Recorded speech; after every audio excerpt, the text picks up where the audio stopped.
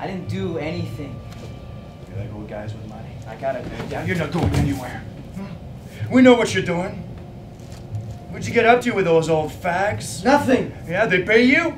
Nothing. I didn't do nothing. Are you a homo? No!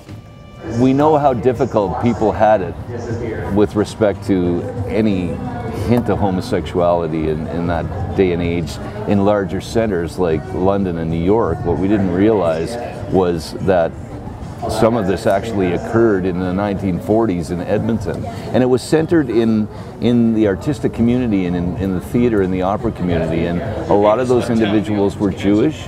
And it was a really hard time for the Jews at that time. In '42, they were finding out that, you know, this was happening in Edmonton, and they were also discovering the miseries that were happening in Germany at the time. It was horrifying.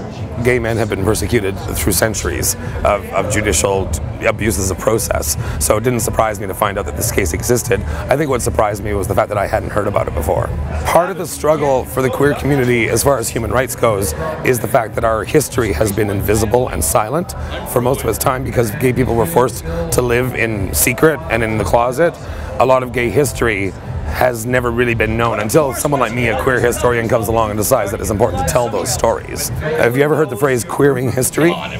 That's when you look at a famous piece of history, but you look at it through a queer lens.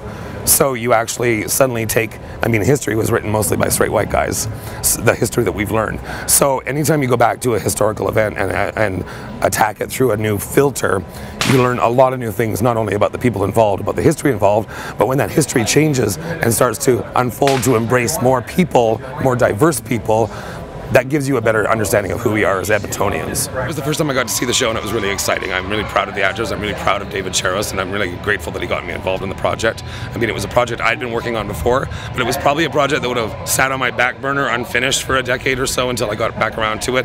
And places like the Fringe and people like David Charos give you the reason to sort of move things ahead and put it on stage and take your chances and see where it sits.